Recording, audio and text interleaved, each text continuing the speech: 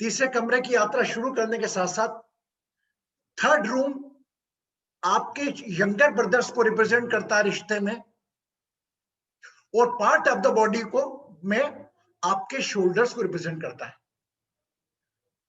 अब रही बात, गुरुजी शोल्डर्स में तो इतना कोई दिक्कत नहीं होता, नहीं, शोल्डर्स जो है आपके, इसमें कभी कभी आपको शोल्डर्स पेन होता है, कभी कभी कंधों में, कहीं फ्रोजन शोल्डर हो जाएगा, अलग अलग प्रकार के कंधों के जोड़ों के दर्द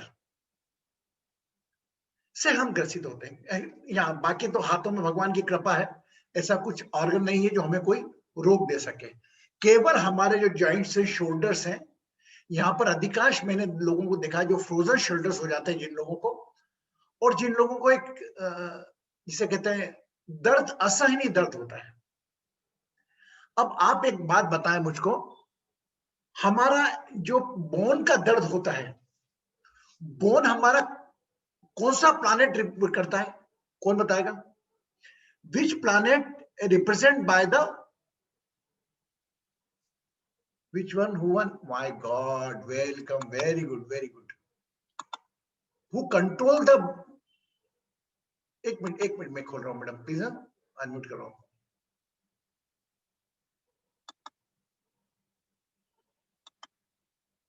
आप अनम्यूट करें अपने आप को, आप अनम्यूट करा। सूर्य, प्रणाम गुरुजी।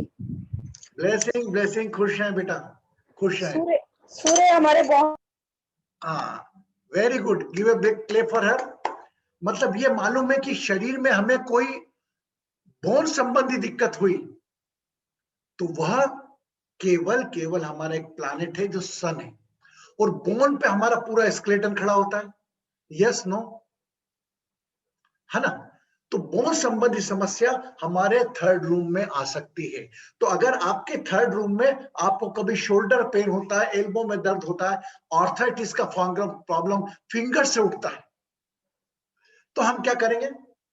कहीं ना कहीं थर्ड रूम में सन का इंप्लेसमेंट भी देखेंगे। सूर्य का प्रभाव कितना है? अब मैं आपका डिवाइन एस्ट्रो हीलर परिवार का एक बात बोलना चाहूंगा। हम लोगों का इंटेंशन ये रहता है, we are not focusing totally on the healing, हम ध्यान रखते हैं, लेकिन साथ साथ में आज आपके मेडिकली सन को ठीक करने वाले डॉक्टर्स भी हैं, जो आपकी सन संबंधी प्रॉब्लम, मतलब बोन, और बोन के लिए उन डॉक्टर्स को कहा जाता है ऑर्थोपेडिक डॉक्टर्स, ऑर्थोपेडिक। तो हम क्या करेंगे? साथ में हीलिंग तो करेंगे, लेकिन साथ में हम ये भी जाने कि हर व्यक्ति की एज 40, 50, 55 के बाद एक एज ऐसी होती है जिसके अंदर हमें हड्डी संबंधी दिक्कत, बोली नीज पेन हो या फिंगर का आर्थराइटिस हो या कोई भी दर्द हो, ये शुरुआत हो सकती है। तो अभी शायद हमारे बीच में दिव्यांशु गोयल जी आएंगे, is renowned doctor in the joint replacements, और आपके फादर जो थे वो doctor S N Goyal, he treat Atal Bihari Vajpayee, so he must be busy little bit. If we get the chance, so he will positively join us.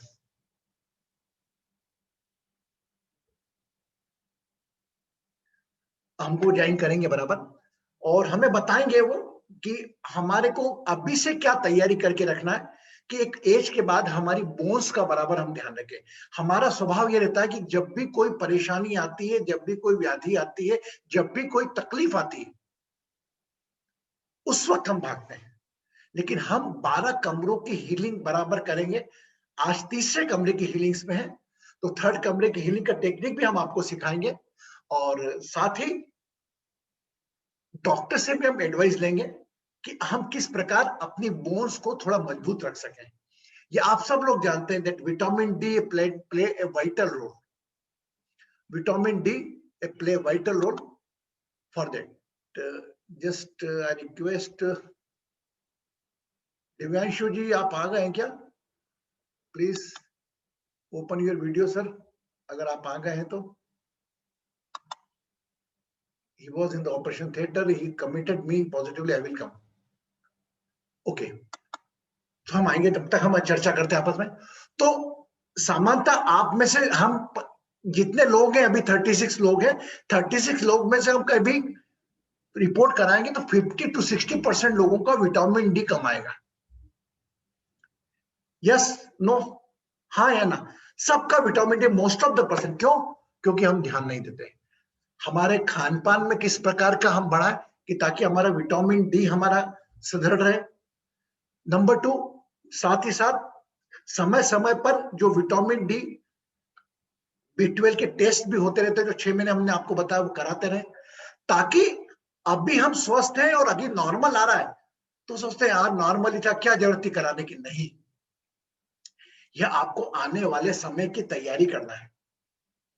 ये एक पारी जो आपकी 60 के बाद की होती है, आफ्टर रिटायरमेंट एज 60 के बाद की तैयारी आपको अभी से करना पड़ता है, क्योंकि 60 साल की उम्र में तकरीबन अधिकांश लोगों को ये प्रॉब्लम समस्या चालू होती है, वो वाली आर्थराइटिस की हो या नीस पेन हो। या अगर आप अपनी बोन्स का अभी से ध्यान रखेंगे, मैं आपको हीलिंग प्रोसेस सिखाऊंगा इसकी, वो हम करेंगे बराबर। लेकिन थर्ड रूम हमारा हाथ का है, इनको हमें ही ठीक करना है, लेकिन हमें ओवर कॉन्फिडेंस में नहीं रहना है। हमें जहां डॉक्टरी सलाह है वो डॉक्टरी सलाह भी लेना है। How many have the problem of the arthritis and pain in the fingers and all? 1 2 3, और कौन है? अब देखते हैं और कौन कौन है। 4, देखो जगह भी, अब देखो यंग लोग भी आ गए इसमें, यंग लोग भी आ गए, देखो यंग लोग भी आ गए, है ना? तो अभी देखो यंग लोग भी आ गए। तो अभी ऋषि न्यूयॉर्क, हाँ, इनको भी आया। बेसिकली क्या होता है, इसका रीजन है हमारा specially simple the placement of the sun in the your astro chart. Meeta को भी है। हमारा एस्ट्रो चार्ट में जो प्लेसमेंट है सन का, वो थर्ड रूम पे अगर बाय चांस वो कोई उस राशि में है तो बोन संबंधी समस्या हमारी है। तो इसके लिए आपको एक और मैं क्लिनिकली एडवाइस दूंगा, जिसको मैं फॉलो करता हूं, अपना यूरिक एसिड चेक कराते रहे। यूरिक एसिड देख लें, अगर हाथ में दर्द है तो अगर शुरुआत में आपने हीलिंग चालू कर दी तो उसके बाद आपको जो बाद के इंपैक्ट है वो नहीं पड़ेंगे। Yes, okay. तो चले हम पहले 2 मिनट। अच्छा Ruchi, how are you? How is your health now? Good, after long time Ruchi you came. Yes, how are you? अभी बेटर हूँ गुरुजी पहले से। हाँ, गुड है बेटा, चलता है। टेक द ब्रीथ, अपने ब्रीथिंग या लो बेटा, है ना? जी जी, खुश रहो। थैंक। तो हम थर्ड रूम पर आते हैं। Third room is related to the our hands, जिस पर हम डिस्कशन 2 बार कर चुके हैं ऑलरेडी। और अब हम आज का जो सेशन चालू करेंगे उसके पहले 1 मिनट में थोड़ा डॉक्टर साहब को रिंग कर लूं। Is he on the way और वी शुड वी स्टार्ट?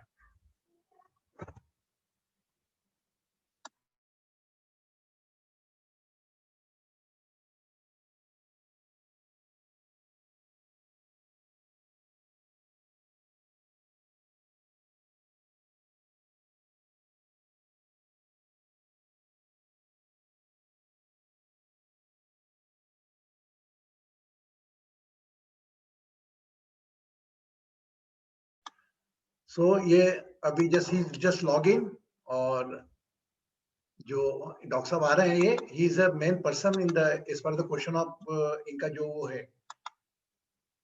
ये मैं आपको इनका परिचय करा दूं आपसे पहले। ये who is the person.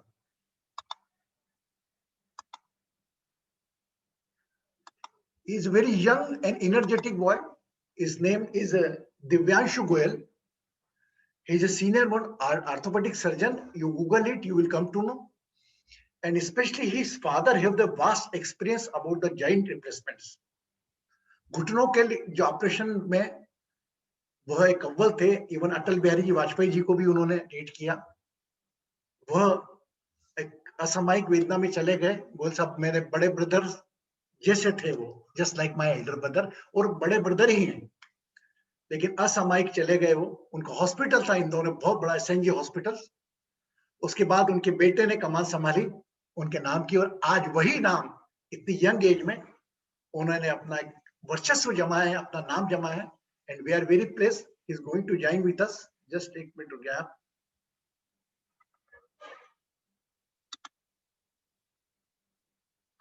Joint replacement में भी क्या क्या टेक्निक्स आ गई हैं, हम हमारे शरीर का कैसे ध्यान रखें, ये सब आपको बताएंगे वो।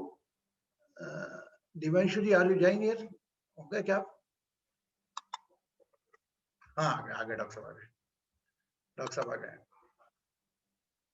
Yes yes yes yes yes yes, देखो इधर क्लिनिक से आ रहे हैं वो डायरेक्ट।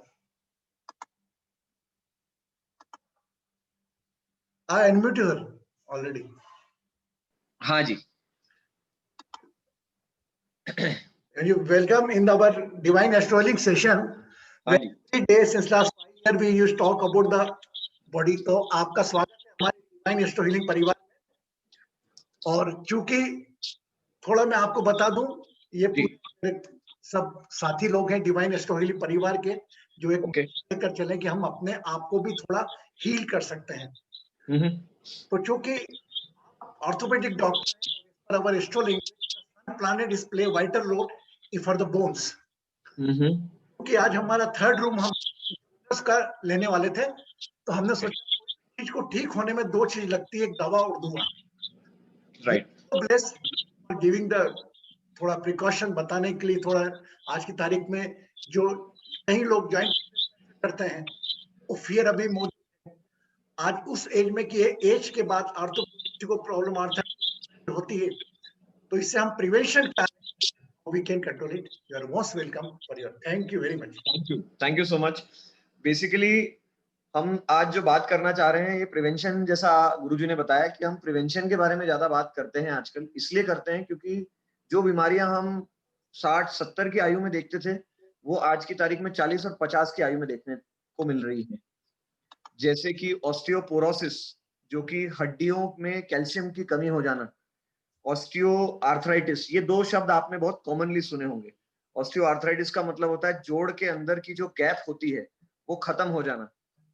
ये जो समस्याएं हैं जो हम 10 साल 15 साल पहले या आज की तारीख में विदेशों में भी काफी लेट उम्र में देखते हैं, भारत के अंदर ये समस्याएं 40 और 50 की एज में देखी जा रही हैं।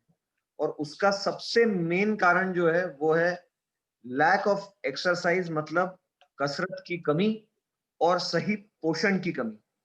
क्योंकि हमारे दिनचर्या में हम हमारे शरीर के लिए 5 मिनट भी नहीं देते हैं। यदि हम हमारे दिनचर्या का 1 घंटा, आई एम ऑडिबल ना प्रॉपरली? कोई दिक्कत तो नहीं ऑडियो में? गेटिंग? हाँ जी। तो हमारी जो दिनचर्या है उसका कम से कम 1 घंटा यदि हम हमारे शरीर को आधा घंटा सुबह आधा घंटा शाम को यदि हम देते हैं, किसी भी प्रकार की कसरत हो, चाहे योगा हो, चाहे वॉकिंग हो, चाहे साइकिलिंग हो, और खास करके ये लॉकडाउन और जो कोविड सिनेरियो जब से आया है तब से लोगों की एक्टिविटी और कम हो गई है। उसमें हम किसी चीज से डरने की जरूरत नहीं है, हवा में तो फैला नहीं है, ये लोगों के पास आने से फैलता है। तो हम लोगों से दूरी बना करके सारी एक्टिविटी कर सकते हैं, चाहे तो साइकिलिंग कर सकते हैं, चाहे तो वॉक कर सकते हैं, चाहे तो योगा कर सकते हैं।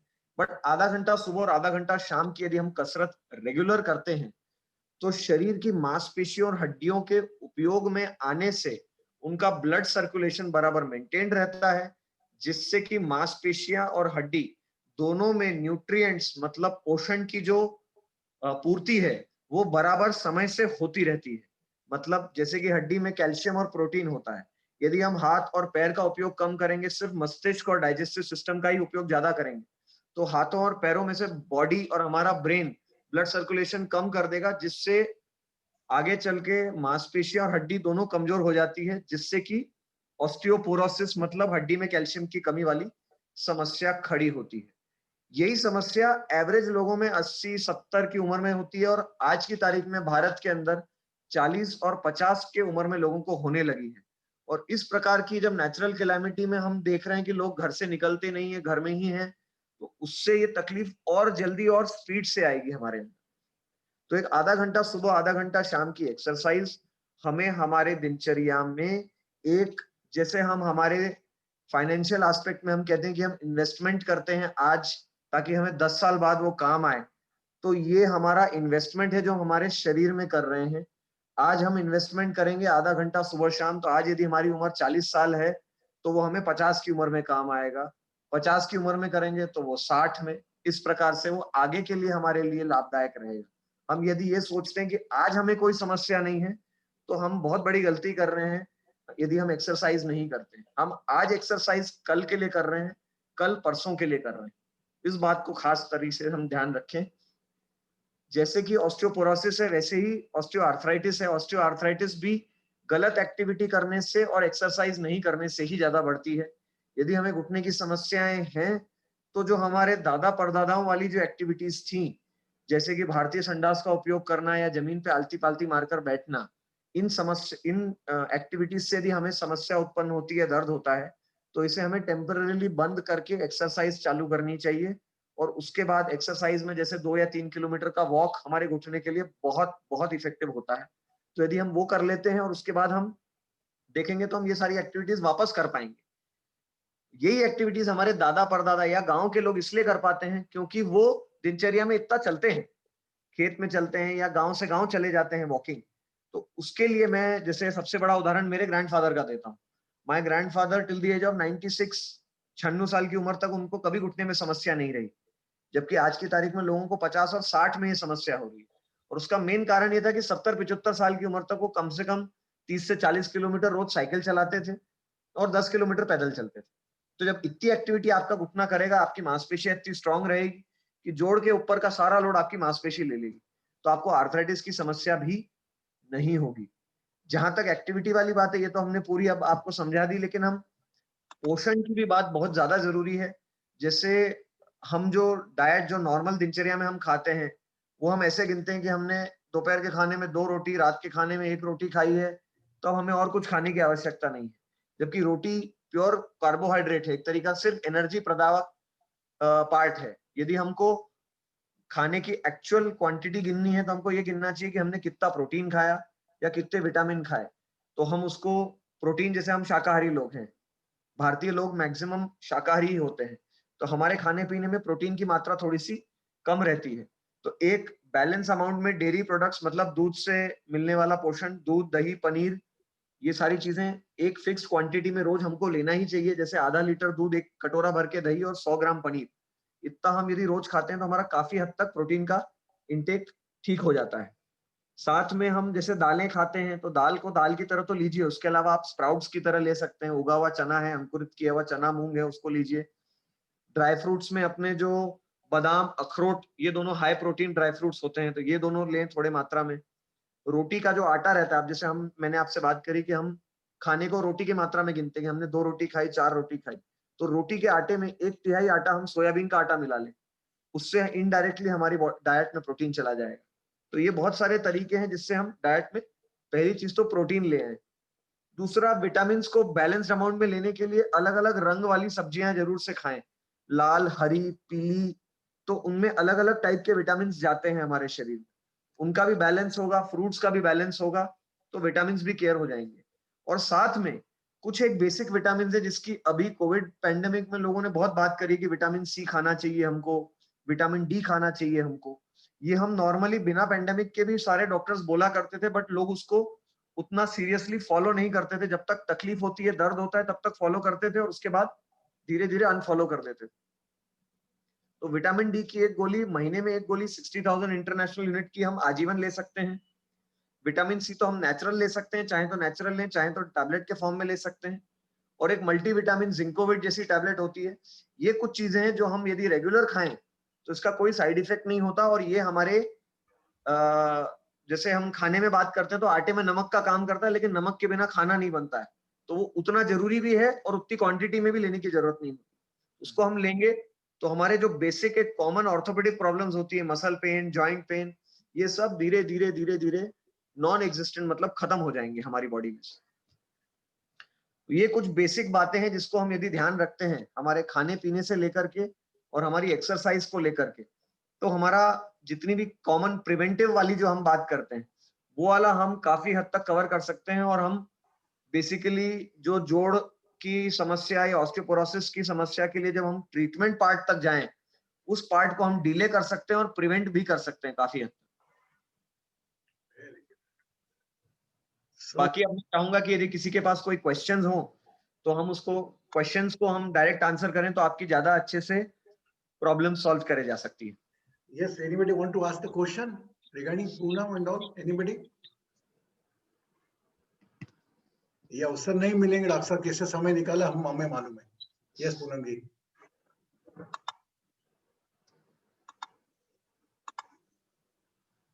अनम्यूट हर। हाँ जी, इवनिंग डॉक्टर साहब। गुड इवनिंग जी, ये अभी जो आपने हमसे इन्फॉर्मेशन शेयर की, it was very very useful. मुझे लगता है कि इतने साधारण शब्दों में इतना गूढ़ ज्ञान देना भी अपने आप में एक बहुत बड़ा आर्ट है। और अभी आपने ये तो कहा कि जैसे हम फिजिकल एक्सरसाइज तो करें, पर आपको क्या लगता है कि जो ब्रीदिंग एक्सरसाइजेज हैं, क्या इनसे भी फर्क पड़ता है? एक बात, और क्या वॉकिंग और साइकिलिंग दोनों एक जैसा रिजल्ट देते हैं या कुछ डिफरेंट है? देखिए, breathing is a essential part of any exercise. जब हम एक्सरसाइज करते हैं तो सांस लेते हैं और छोड़ते हैं, तो उसके लिए भी बॉडी को ट्रेन करना बहुत जरूरी है, और उसके लिए सबसे बेस्ट होता है योगा, क्योंकि योगा आपको ब्रीदिंग कंट्रोल करना सिखाता है और आपको एक ब्रीदिंग के लिए आप ट्रेन हो जाते हैं मेंटली एंड फिजिकली। तो आप अनजाने में आप प्रॉपर ब्रीदिंग के साथ ही एक्सरसाइज करना सीख जाते हैं। जैसे आप यदि वॉक कर रहे हैं या साइकिलिंग कर रहे हैं या कोई भी एक्सरसाइज कर रहे हैं, तो यदि आप योगा 15 मिनट यदि दिन भर में यदि योगा कर लेते हैं और योगा की ब्रीदिंग एक्सरसाइज सीख जाते हैं, तो आपकी ब्रीदिंग ऑटोमेटिकली कंट्रोल्ड तरीके से आप एक्सरसाइज के दौरान उसको भी मैनेज कर सकते हैं। तो ये तो हो गया आपका ब्रीदिंग का सवाल। दूसरा, जहां तक आपका, आप कह रहे हैं हॉपिंग या जॉगिंग, क्या कहना चाह रहे हैं आप? Walking and cycling. वॉकिंग में जो होता है, वॉकिंग और साइकिलिंग दोनों फ्री होनी चाहिए, दोनों में से एक भी मशीन से आधारित नहीं होनी चाहिए। मतलब ट्रेडमिल बेस्ड वॉकिंग नहीं होनी चाहिए और ना ही स्टैटिक साइकिलिंग होनी चाहिए। यदि आप साइकिलिंग करना चाहते हैं तो आप डायनामिक साइकिल, मतलब साइकिल फिजिकली लेकर के आप बाहर निकलिए, क्योंकि स्टैटिक साइकिल जो होती है वो मोमेंट ऑफ इनर्शिया पे चलती है। एक बार आप चला देते हैं तो अपने आप चलती जाती है, तो आपको ऐसा आभास होता है कि आपने एक्सरसाइज करी, पर एक्चुअल आप एक्सरसाइज नहीं करते। वही आभास आपको ट्रेडमिल मशीन में भी होता है, क्योंकि वो एक मशीन होती है जो फिक्स्ड स्पीड पे आप चालू करके आप उसको छोड़ देते हैं, वो चलती जाती है और आपको ऐसा आभास होता है कि मैं आधा घंटा चल ली, पर वो एक्चुअल एक्सरसाइज नहीं होती। जहां तक वॉकिंग का सवाल है, तो फास्ट वॉकिंग करनी चाहिए। Slow walking is no walking. Slow walking बैठने के बराबर होती है। टहलते, जो टहलना कहते हैं, जिसको हम बातें करते करते टहलते हैं, दैट इज नॉट एक्सरसाइज। तो आप यदि एक्सरसाइज की तरह वॉक करना चाहते हैं तो जितनी देर करें, फास्ट वॉकिंग करें, कंफर्टेबल खेलने वाला स्पोर्ट्स शू वाला जूता पहने। हमने कभी किसी खिलाड़ी को चप्पल में खेलते हुए नहीं देखा है। वो जूता इसलिए पहनता है क्योंकि उसमें उसकी एफिशिएंसी बढ़ती है और उसको चोट लगने से बचता है। तो इसलिए कंफर्टेबल जूता पहन करके वॉकिंग करें, फास्ट वॉकिंग करें, और जहां तक हो सके तो ग्राउंड पे चलें। सीमेंटेड रोड पे या रोड पे ना चलें, क्योंकि वो आपके घुटने के लिए अच्छा नहीं है। और क्या कैल्शियम खाना सेफ रहता है? अपने आप से खा सकते हैं या अंडर सुपरविजन खाना चाहिए? कैल्शियम सप्लीमेंटेशन यदि आप लेते हैं तो उसमें कोई नुकसान नहीं होता, क्योंकि आपकी बॉडी उतना ही कैल्शियम एक्सेप्ट करेगी जितनी आपको जरूरत है। हाँ, आपकी बॉडी में एक सेट मैकेनिज्म होता है कि आपको जितनी रिक्वायरमेंट होती है उतना बॉडी एब्जॉर्ब करती है, जितना नहीं होता उतना निकाल देती है। कैल्शियम यदि लेते हैं तो उसके साथ विटामिन डी लेना बहुत जरूरी है। कैल्शियम एक छोटा बच्चा है, छोटे बच्चे को यदि रोड क्रॉस करनी है तो उसको अपनी माँ का हाथ पकड़ना है। माँ जो है वो विटामिन डी है। तो कैल्शियम को कहीं भी जाना है, जी जी, ब्लड सर्कुलेशन से हड्डी में जाना है, आपके पेट से एब्जॉर्ब होना है, तो विटामिन डी होगा तो वो बाधा पार कर पाएगा, वो बैरियर क्रॉस कर लेगा। यदि विटामिन डी आपके शरीर में नहीं है तो आप चाहे 1 किलो कैल्शियम खा लीजिए, 1 ग्राम कैल्शियम आपकी बॉडी में एब्जॉर्ब नहीं होगा।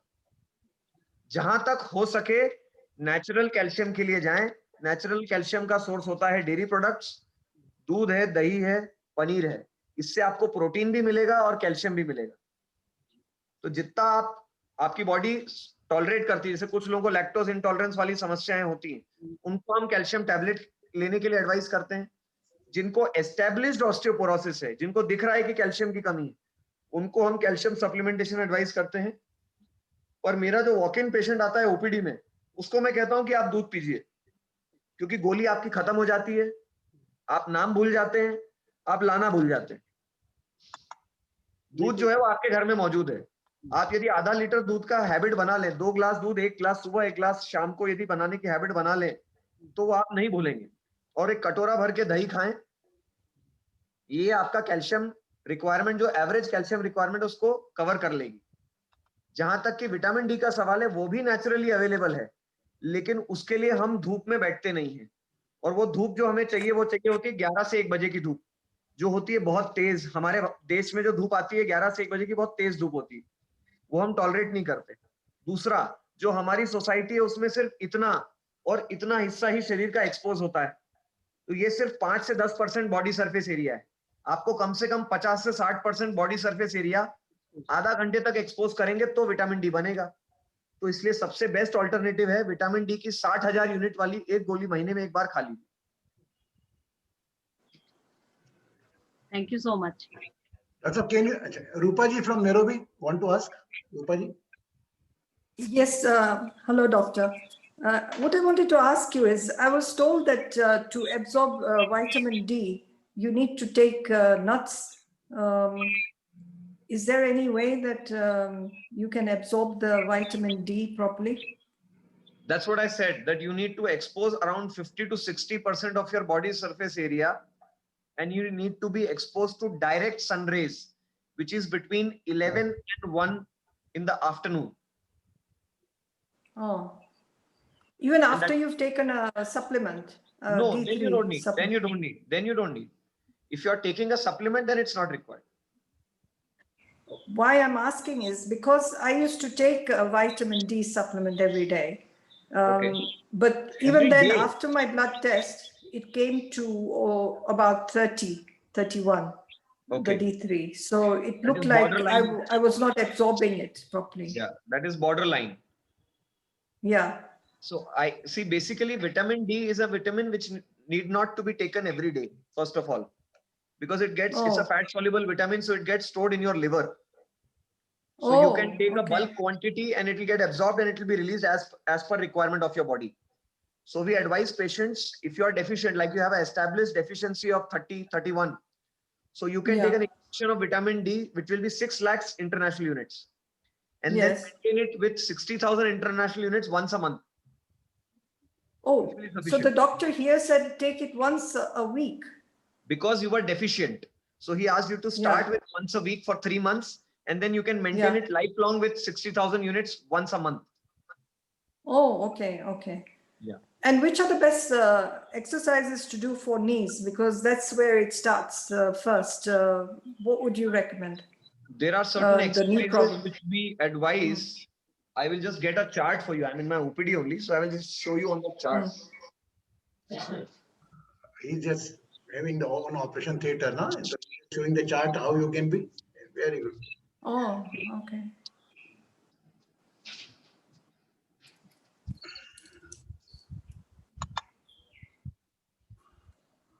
I'll see myself so that I can, yeah. So this is a chart which I have prepared for knee exercises. So you start with just foot and ankle movement up and down. Yeah. Every exercise needs to be done 10 times each. Then you start with taking a napkin roll, putting it below your ankle. You press your Yes. leg down, hold it for 10 seconds, and then release. Okay. Same exercise needs to be done by shifting the roll of towel below your knee, pressing your leg down, contracting this muscle of your thigh, holding it for 10 seconds, and then release. Lying down in the same position without bending your knee, lift your leg up, hold it at the angle of 30 degrees for 10 seconds, and then release. And last is you sit on a chair, bend your knee, then straighten your knee slowly, keep it straight, hold it for 10 seconds, and then release. These are 5 exercises. If you do regularly, you will be free of knee problems for good percentage of your lifetime. Very good. Thank you so much, doctor. Thank you. I appreciate. Thank you. Very good. So I hope everybody, would you like to ask some questions? Anybody want to ask the doctor? Rinku ji? Yes. Guruji, namaste Guruji. Hello doctor. Hello. I just wanted, can you send that PDF that pic of that exercise? I will share it with To Guru. Guruji. He will share it with you. Yeah, please. Thank you. I will send the detail to you. Okay. And anybody want? Anybody? If you want, Guruji can share my number also with you people, and you can message and ask any queries later on. If you remember Whatever anything when you you want to ask, you can do. share with the group. Hanji. Rishi from New York, are you going to ask something? Yeah, hi doctor. I want to know, for the herniated disc in the neck, do those normally recover? Okay. Yeah. Now I can see you. Yeah. I was saying the herniated disc in the neck, do those recover? See, out of 100 disc cases, whether it is in the neck or whether it is in the back, 70 to 75% respond on conservative treatment. That is without any intervention of any kind. That is either any injection or any surgical procedure. But that depends upon the fact that how much the disc has herniated. Whether it's a big disc, whether it is a one-sided disc. So that depends upon the MRI picture, the history, and the complaints of the patient. Whether you are having any continuous tingling, numbness, or any weakness in your hand. So that needs to be correlated on the basis of the case. Okay. Is there any exercises that can be done to help relieve the inflammation? First of all, you need to be pain-free from your neck part to be able to start exercise. If you are having a symptomatic neck, if you are having neck pain, then you can't start exercising. So if you want to start any kind of exercises for your neck, you need to be first symptom-free from your neck part. That is, you should be pain-free from your neck as well as pain-free of any pain going into your hands. Okay. Yeah. All right. Thank you, doctor. All right. Because right now I'm not getting the pain through my arms, but the neck, the issue is sometimes the pain comes very strong in the neck part. How many hours do you spend in front of a system in the day? With my job, it was about 7 to 10 hours. Exactly. So that's the main cause of your neck pain. So you need to have some kind of lifestyle modifications for your neck. You need to ensure that you are not sitting in a same posture for more than half an hour to 1 hour. You change your posture every half an hour to 1 hour. That is, you get up from your place, you move around, go for a break, go to the washroom and come back, take a water break, come back, so that the muscles in your neck region don't remain tensed for a long time. That is one. Second is, there are certain neck exercises which I will share to Guruji. I will share with you, which you can start doing, which will ensure that your neck pain gets reduced. But then again, I need to have a look at your MRI to just really tell you that whether it will be totally cured by only exercises or not. Okay. Thank you. I appreciate all the help today. So, anybody want to ask something more? Any? Anshu ji, anybody से हाथ उठा रहा है क्या? अंजू जी, अंजू आपने उठाया क्या? Anju, yes. मुझे क्या खूब सारे लोग हैं ना, दिखता नहीं. Unmute yourself. Hello, doctor. Pranam Guruji. My husband, he had a. Can't hear. My audio is not working. Your audio. What I'll do is I'll. Hello. Now you can hear me. Rejoin the audio. Hello. Your voice is. Yes, now I can hear you. Yes. My husband, he had undergone a surgery, disc surgery 10 years back. For? 10 years back. Surgery for what? For disc prolapse. All right. All right. Okay. And now he has got pain in his upper back. And a doctor says he has got degeneration in the upper back. Right. So is there any cure for that? See, basically, whenever we undergo any surgery in the back region, it makes you change the anatomy. you do certain changes with the body structure. So your body tends to respond in different ways. So if you operate on suppose L4 and L5 level, some or the other level will undergo different kind of a change. So what degenerative changes your doctor has told you is basically a reaction to the surgery. So what he needs to do is he needs to do a very, very regular upper back and lower back strengthening exercises. If he does that, then he will remain relatively symptom free. Can he drive car? Yes. Can he drive car? Yes, driving a car is not a problem, but driving it for long durations is an issue. If he drives for more than an hour or two, then he can get back pain if his back is not strong enough. Any kind of treatment for back pain, whether it is surgical or non-surgical, it requires back exercises for the rest of your life for at least 1 hour a day. If you do exercises, then you'll remain relatively symptom free. Yes, Meeta, everybody raise your hand. Meeta, Neelam, just one last two questions. Mamta, would you raise the hand? Hello. Yes. Pranam Guruji. हाँ जी. Doctor, I just wanted to ask you one question. That the children nowadays are on the laptop or the computer most of the day. How do we ensure that they do not have any neck problem or back problem? You read a book in front of them, they will stop using their mobile phones and laptops. Children follow what they see. If they see that you are on a digital device for most of the day, they will follow you. If you ensure that the fixed digital or screen time is there in their lifestyle, that you ensure, see, you cannot completely abstain digital devices from the life of your child.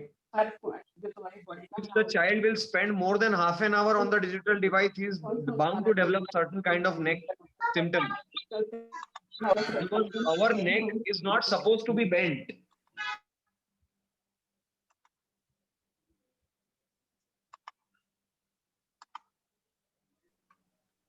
So basically what happens is that if we are bending our neck for 10 degrees, the weight of our head tends to become twice of its actual weight.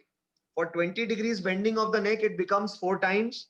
For 30 degrees, it becomes 8 times. With 40 degrees, it becomes 16 times. And what we see that our kids tend to watch a digital device. Like for example, if this is my cell phone, I end up looking at my phone like this. So this is my neck is bent for up to 40 degrees. And a 40-degree neck means that our head is carrying a load of 16 kgs on our head. If we do that for 5 minutes, it's fine. But if we do it for continuous period of half an hour, 1 hour, then our neck is going to start showing symptoms like a laborer.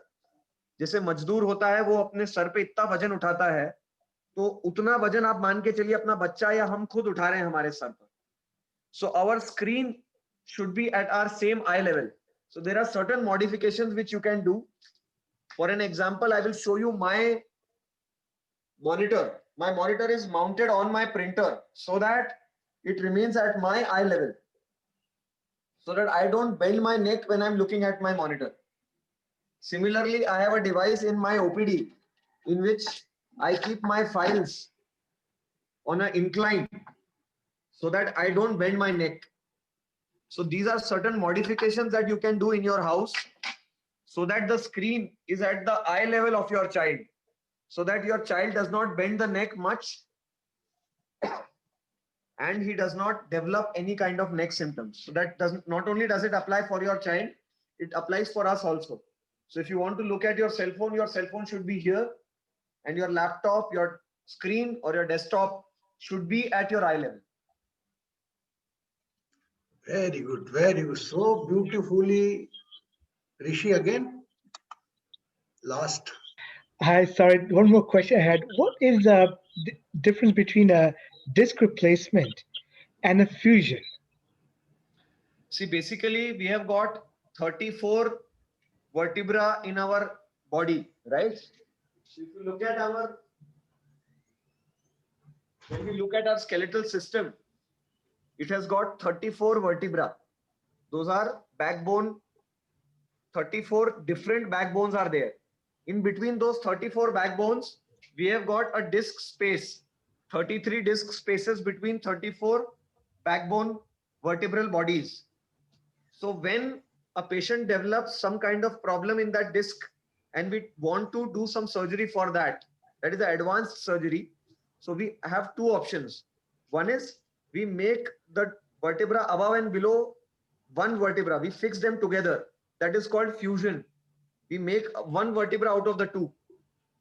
So what that causes is basically out of those 34 bodies, every vertebral space has got certain degree of movement depending upon where the vertebral fusion is occurring. If it is in neck, the movement is more. If it is in the upper back, the movement is less. If it is in the lower back, the movement is again more. So if it is in the cervical and the lumbar region, that is in the neck and the lower back region, the best surgical option in a young patient is to go for a vertebral replacement, disc replacement, in which we ensure that the movement is preserved, that movement still occurs.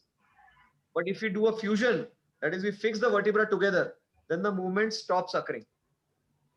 Okay, got it. And can more than one disc be a disc replacement or only, because doctors here say, okay. Do you know a person called Shah Rukh Khan? Yeah. Yeah, so he has undergone 3 disc replacements. Okay. Okay, because here what the problem is, they say that you should not do more than one disc replacement, but I know outside of US, they do more than one. But that depends upon the disc that is being replaced and the pathology for which we are doing the disc replacement. So first, see, basically what happens is, if you're a young patient and you want to preserve movement, we go for a disc replacement. And a disc replacement can be any day converted into a fusion. So the first stage is always a disc replacement. And after the disc replacement, the patient again develops symptoms that disc becomes loose, it undergoes wear and tear, then we can convert it into a fusion any day. Okay. Thank you, doctor. Appreciate all the help. Thank you very much, Divyanshu ji. So nice, and I really just seeing the Divyanshu how beautifully convincing that thinking about his father. मैं आपको देख रहा था कि ईश्वर भी क्या लीला रचता है, ऐसा का ऐसा इनका भाव तरीका पापा का, जो मैं क्या बात करूं. He is my elder brother and आज उनके बेसिकली मैं जो एक लाइन में बताना चाहूंगा कि एक डॉक्टर का रोल होता है नेचर फैसिलिटेटर, कि प्रकृति का मददगार है हम बेसिकली, कि काम तो नेचर ही करती है, आपकी बॉडी ही करती है, हीलिंग का काम भी आपकी बॉडी करती है, एक्सरसाइज भी आपको ही करनी है, हमें सिर्फ आपको गाइड करना है कि आपको ये एक्सरसाइज करनी है या आप ये सर्जरी कर लीजिए और उसके बाद भी आपको एक्सरसाइज ही करनी है. So we are there to just help the nature. और जब तक हम उसको एक नॉर्मल लैंग्वेज में एक्सप्लेन नहीं करते हैं, तब तक पेशेंट उस प्रॉब्लम को ही नहीं समझ पाएगा, तो फिर उस सॉल्यूशन को कैसे फॉलो करेगा. So that is why it is needed, and that I have learned from my father. His father is, my God. Just today I am seeing just like a movie, ना कोई आता है तो उनका वैसा आता है, वैसा वैसे वैसे के वैसे भैया सत्तू भैया को हमको याद आ गया, दिव्यांशु को भगवान, और हम सब मिलकर डिवाइन एस्ट्रोलॉजी परिवार के लोग मिलकर प्रार्थना करते हैं आपके लिए. आपने एक निस्वार्थ भाव से आकर आपने इतना गुरु ज्ञान दिया, उसके लिए हम सब कृतज्ञ हैं आपके. धन्यवाद. जय जी would like to say, and Jai ji continue with the vote of thanks with the Divine Astrology family. Thank you, Dr. Divyansh Goel, for joining. I have one question. Sorry, we work in the IT field and sitting at the laptop for hours together, as Mr. Rishi mentioned, right?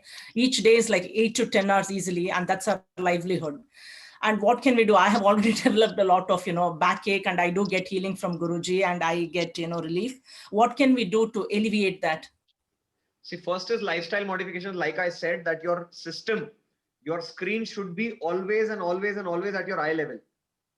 Your head should be resting on your chair so that your neck muscles get relaxed. Your neck muscle have to bear the weight of your head at all points of the time of the day when you're sitting. So your head should be supported and your system or your screen should be at your eye level. The way I showed that I have put there was some problem that I could not modify my furniture. So what I have done is I have put the screen on my printer so that the screen comes at my eye level. And you should ensure that every half an hour to 45 minutes, you should take a break for 5 minutes, whether go for a water break or go for a washroom break, so that you get up from your position, you change your position, so you relax your tensed up muscles. When you sit for hours together in front of a system, your entire upper back and neck muscles get tensed up. And that is what is the real reason why you get a lot of pain in your neck and upper back region. So if you ensure that you take regular breaks, your system should be at your eye level, and you do regular neck and upper back exercises, you will be free from all these kind of problems. Are you able to please share any exercises we can do for our low, middle, and upper back? Exercise chart also. I've prepared a chart for everything: upper back, lower back, neck, as well as knee. So I'll share all the charts with him, and Guruji will share with you. Yeah, thank you much. And quickly I would like to thank you on behalf of the entire Divine Astro Healing family who are participating from several different countries for patiently answering through each one of our questions, and very knowledgeable and valuable insights and natural way of things, like emphasizing on how we can get proteins naturally and avoiding pills if possible. Likewise, consuming vitamin D and propagating the natural remedies that's available for us. I would like to thank you once again for spending your valuable time, right? We see that you're coming from the OPD now, and also walking through how you have set up your office and how it helps. And it was really very helpful. I once again thank you all on behalf of the Divine Astro Healing family. Thank you much. Look forward to your valuable insights in future sessions also. All right. I will pass on his number also, and whatever exercise जो किया I am कि practically उन्होंने बताया कि मैंने भी कर रखा है ऐसा. Then how beautifully he said मेरा भी problem हो रहा नेक में, मेरे को लैपटॉप को मैं ऊपर रखना पड़ेगा. यही छोटी ज्ञान मिलता है जिसको अगर हम अप्लाई करें. डॉक्टर साहब ने बड़े इजीली सप्लाई करा knowledge, but how we apply, this is the main key thing, है ना. दिवांशु जी धन्यवाद, आपको बहुत बहुत कोटि धन्यवाद. आपने अपना समय हमें दिया, और आपके इस सरल भाव के साथ आपने सबको आरोग्यता का संदेश दिया, प्रकृति के साथ, दवाई के साथ. इसके लिए मैं बड़ा कृतज्ञ हूँ. आपका धन्यवाद बहुत बहुत, है ना. Thank you. So we are going to just give a clap for Dr. Saab. A small clap for Dr. Yes, sometimes I feel very awkward. Dr. Saab, he's just Divyanshu. My God, his father is so blessed person, and इसलिए just I saw the mirror. एक पिता के रूप, पिता के पुत्र पिता का जवाबदारी समझ रहा है, और मैं प्रार्थना करता हूँ हम सबके साथ कि वो जो नाम कमाया उससे 1000 गुना दिव्यांशु जी आप कमाए. बहुत बहुत धन्यवाद आपको. So now today we just saw ourselves, and कोई भी चीज को ठीक होने में जैसा हम कहते हैं दवा और दुआ दोनों लगती है, तो healing part, blessing part we are doing. The clinically how beautifully Divyanshu ji explain and answer the question, जो हमारी छोटी डेली रूटीन में हम चेंज करें तो कहीं ना कहीं बड़े रोग से बच सकते हैं. तो प्रिकॉशन इज बेटर क्योर. तो जिस ढंग से उन्होंने बताया उसको हम फॉलो करेंगे. और चूंकि there is sun planet is representing the bones, तो मैं बोलूं सन के हीलर या ऑर्थोपेडिक सर्जन है. तो I think I feel the live sun presence and is guiding us. Just take care of yourself. प्रकृति आपके साथ है, प्रकृति आपके लिए हीलर का काम करती है. 11 से 1 के बीच अगर आप अपने आप का 50% बॉडी एक्सपोज कर धूप के नीचे अपनी थोड़ी सी शरीर की पीड़ा झेल लेते तो विटामिन डी आपको नेचुरल मिलेगा. So beautiful. मैं तो कमिटमेंट ले रहा हूँ 11 से 1 के बीच में, आज से ही संकल्प ले रहा हूँ कि कल से मैं 11 से 1 के बीच में पुनः पूरा ध्यान प्राणायाम योगा करने के बाद आधा घंटा छत के ऊपर धूप के नीचे बैठूं. तो ज्ञान लेना बड़ा आसान है, ज्ञान को अपनाना बहुत कठिन है. तो मैं पूरा विश्वास देता हूं कि हम सब लोग जो भी हमने कहा, whatever doctor beautiful words we will apply, है ना. तो just we do in the last hour meditation, just rub your both hands, दोनों हाथों को फास्ट.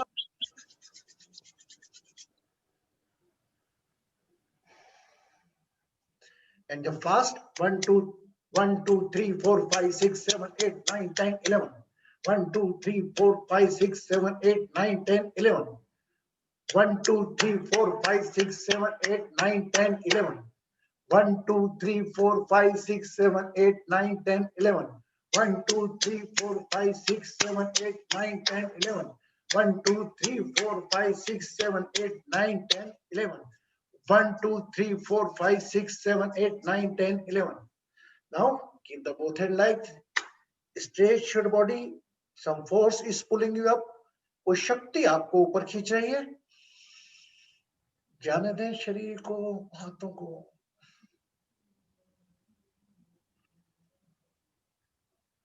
धीरे से अपने हाथों को पुनः अपने स्थान पर ले आए. Release your both palm on your knees. Keep your eyes closed.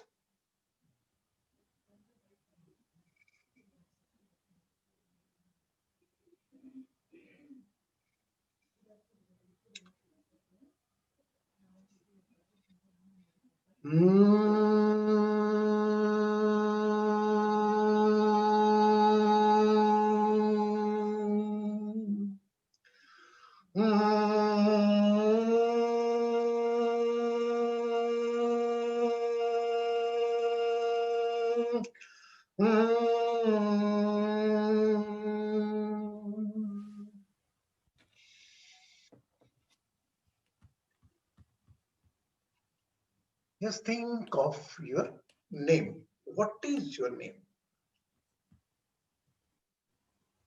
अपने नाम को ख्याल रखते हुए अपने शरीर पर ध्यान ले आए. Become aware of your own body.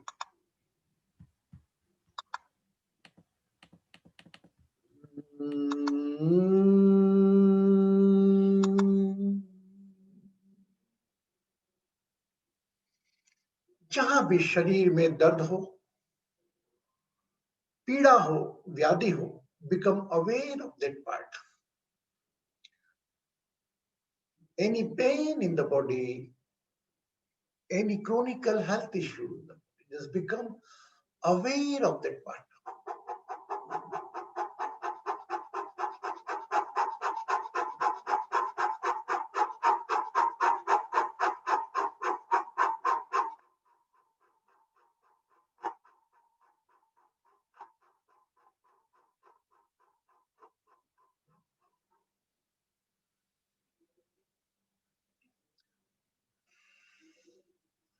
Now become aware of your right shoulder.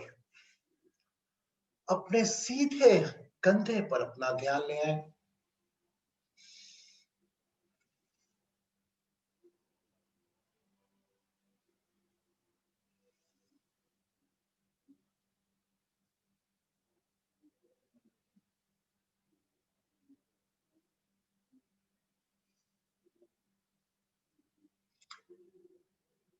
Just put up your all botheration and worries on your right shoulder.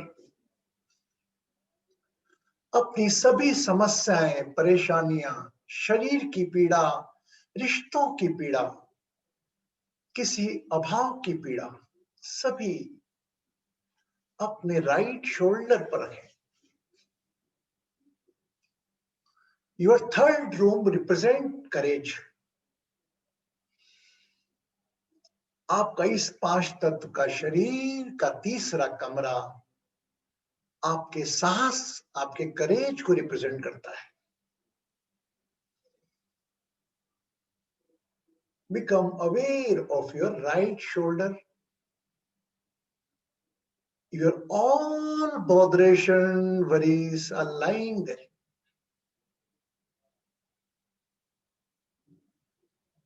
Think, feel, and imagine.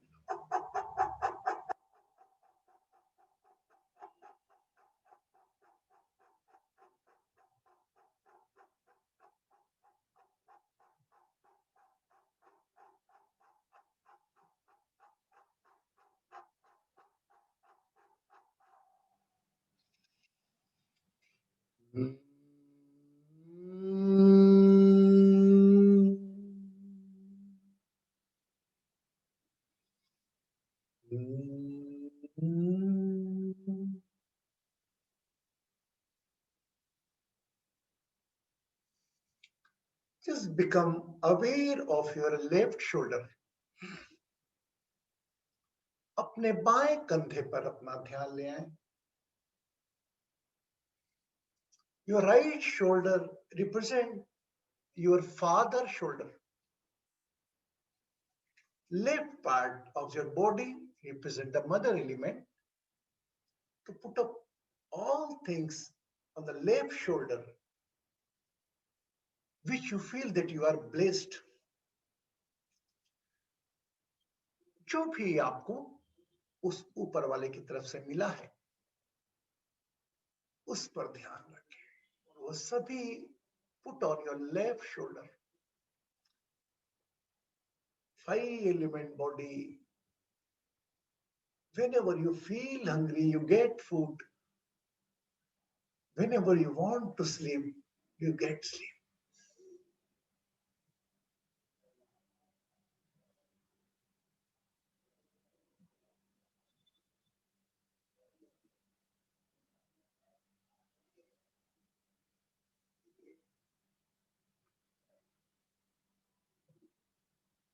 Your third room represent your younger siblings. Become aware of your younger siblings also. आपका कोई छोटा भाई बहन हो, उस पर अपना ध्यान ले आए।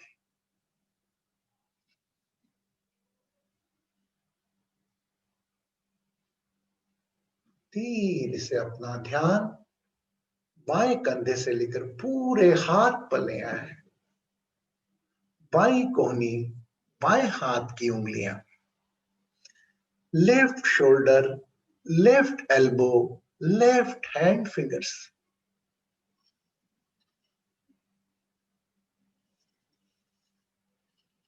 Right shoulder, right elbow, right hand fingers.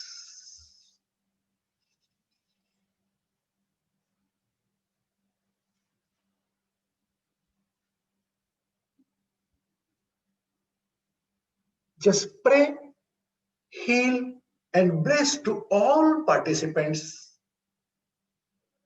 They get courage to face their own botheration worries.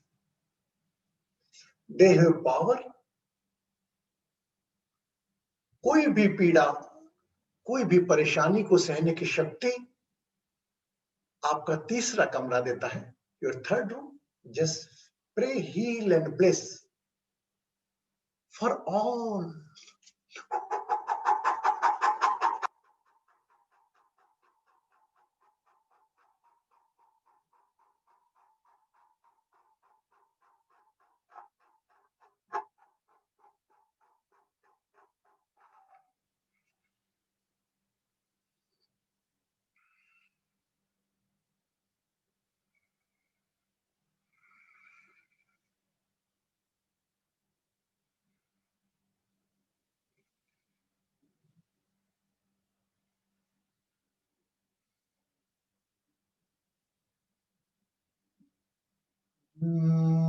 माता नारायण, पिता नारायण,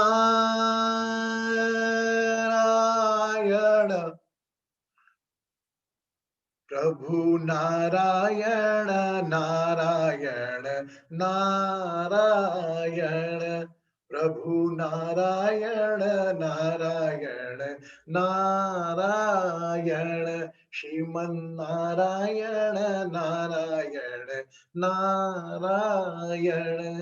तुझ में नारायण, मुझ में नारायण, तुझ में नारायण, मुझ में नारायण, तुझ में नारायण, मुझ में नारायण, सब में नारायण नारायण नारायण, गुरु नारायण नारायण नारायण।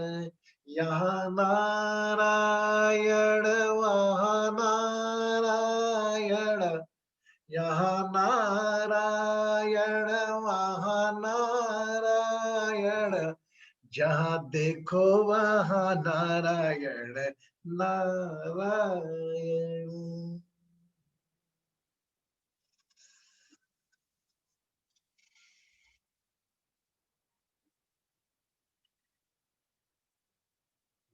या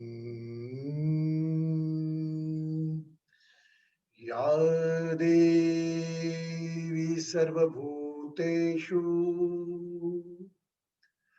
शक्तिरूपेण संस्थिता नमस्तस्यै नमस्तस्यै नमस्तस्यै नमो।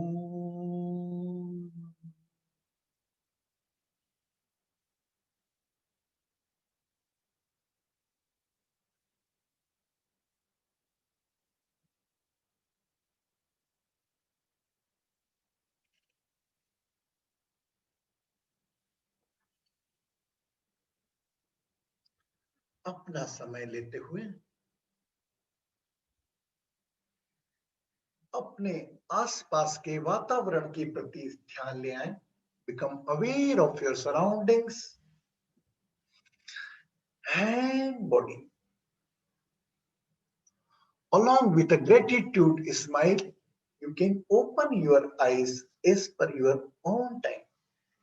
अपना समय लेते हुए आहिस्ता आहिस्ता अपनी आंखें खोल सकते हैं। You can open your eyes. You can open your eyes slowly, slowly and gradually. हाथ रखें।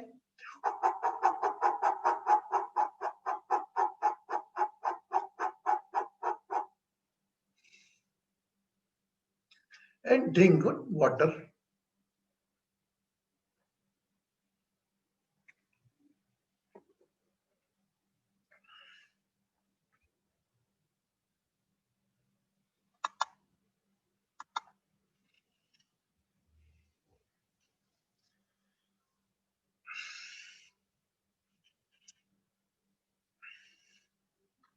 Good.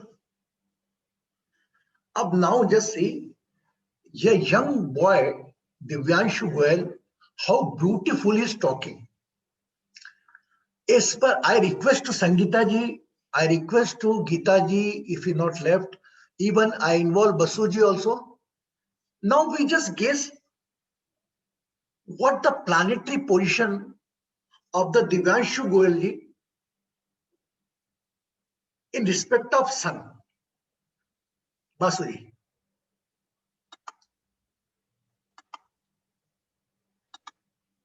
Just a minute.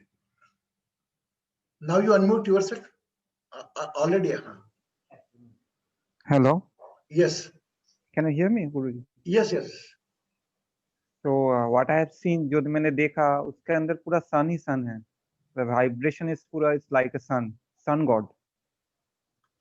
Yeah, with like sun god with the horses, that kind of energy is there. So many horses and the whole attire, his way of speaking and all, that is only connected with the sun. All is connected, and his postures, his fingers are very elongated. I have seen. लंबा finger है उनका, मतलब उसका हड्डी भी लंबा है, लंबा टाइप का, जैसे बड़ा दिव्या लोगों को रहता है वैसा उसका हड्डी भी लंबा टाइप का है. So it is represented by sun. Very good. So all the symptoms are there. Now his earning also represented by the sun. Means must be in the room or his second room. Income should be connected with the Mars planet, because Mars represents surgery. Yes, Basuji, Mars represents surgery, because yes. Well known in the young age. Young age is the giant replacement, is the main doctor in town, and he is not more than 30. Okay.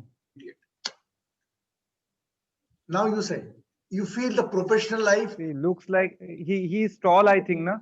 Yeah. He is tall, I think, na? Yes. Yeah, tall. He is 5'11", more than 5'11". So his bones are very long bones. Yeah. So his profession must be a very good doctor. The 10th room must be have some configuration with the sun. Income second room, and with the Mars, the conjunction of the Mars Sun in respect of nakshatra, 100% there. And he got a father blessing. His father was just like him. His well-known surgeon, Dr. S.N. Goyal, very big hospital only for orthopedic in Indore. and his father loved me lot. Just like that time I work for insurance. Oh my God, when I go there, why? He's so humble. If somebody has not money, well, okay, don't go. Even he left. मैंने भैया क्या कर रहे हो आप, ये 30,000 का? बोले छोड़ यार बेटा, अपन किसके लिए कमा रहे हैं? ये लोग तकलीफ में, इनका पैसा, तकलीफ का पैसा लेके अपन क्या करेंगे? तो आज देखिए, आज वही बच्चा उनका वैसा का वैसी मूर्ति बन के आया।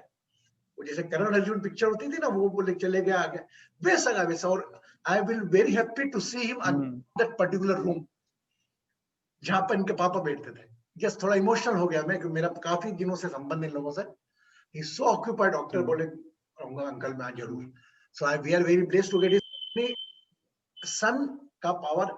सभी आप लोगों से निवेदन है मेरा, कुछ छोटी सी पीड़ा को भी आप डेली रूटीन बदलें। जैसा कि बच्चों के लिए पूछा था, बच्चों के सामने भी कभी किताब लेके पढ़े तो बच्चा भी मोबाइल छोड़ेगा। और बच्चों को अगर खेलना भी है लैपटॉप वगैरह उसका, तो जैसे जय जी ने जो पूछा था, तो जस्ट अपने लेवल तक वो उसको लेकर आए ताकि गर्दन पे बैठना पड़े।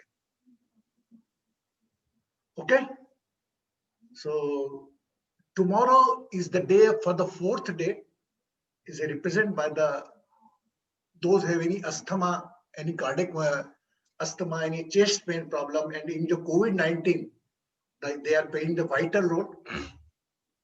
So I will try to call any respiratory doctor, okay, where the moon is represented, and let's see, I will intimate you. And thanks for your presence. Thank you very much. Today is a long session, but really we enjoy it. Yes, enjoy it, na? Okay. So join tomorrow again 8:30. Okay, along with the heal the 4th room, along with the doctor. Let us say how to, because 4th room is totally depend on our pranayama. Tomorrow we will do some exercise. The doctor said, you do, whenever you walk, if you walk, when you walk, if you take a rhythm of your breath, it's become yoga. बहुत सरल बात आ रहा हूं आपको। अगर आप चलते हैं, कोई क्रिया करते हैं, अगर आप कुछ श्वास को लय में लेकर करते हैं, वो योगा हो गया। कल हम आपको बताएंगे गुण सूत्र कि अपने डेली रूटीन के काम को भी, अगर आपको भगोनी भी उठानी है किचन में से नीचे झुककर ऊपर, अगर यहाँ श्वास में ले लिया तो ये योगा हो गया। Tomorrow will talk about more. हम ये चाह रहे हैं कि आपके डेली रूटीन में ही टाइम में आपकी एक्सरसाइज सेट हो जाए, है ना। और आने वाला जीवन जो भी हमारा है, वो हम सब आरोग्यता के साथ रहें, और कुछ हो भी तो हम सब हैं अपने साथ में। Okay, take care of yourself, take care of your smile. Blessings.